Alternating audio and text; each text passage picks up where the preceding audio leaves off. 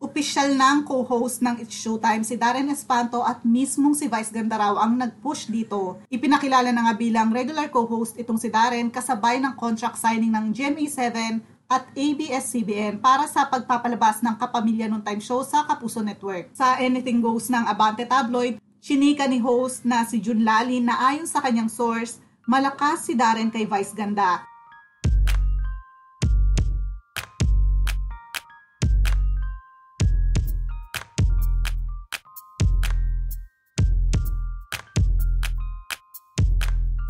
Wika nga ni Jun Lalin, quote, sina Meme at si Darren daw mismo ang nag-usap tungkol dyan.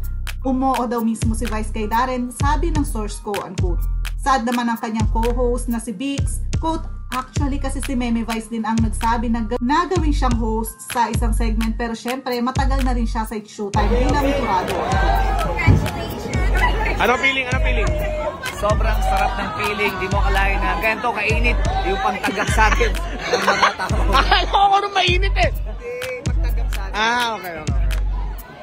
Anong feeling? Anong feeling? Nakakaiyak. Iyak ka?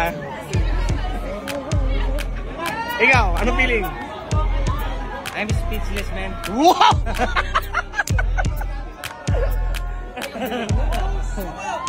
Hello!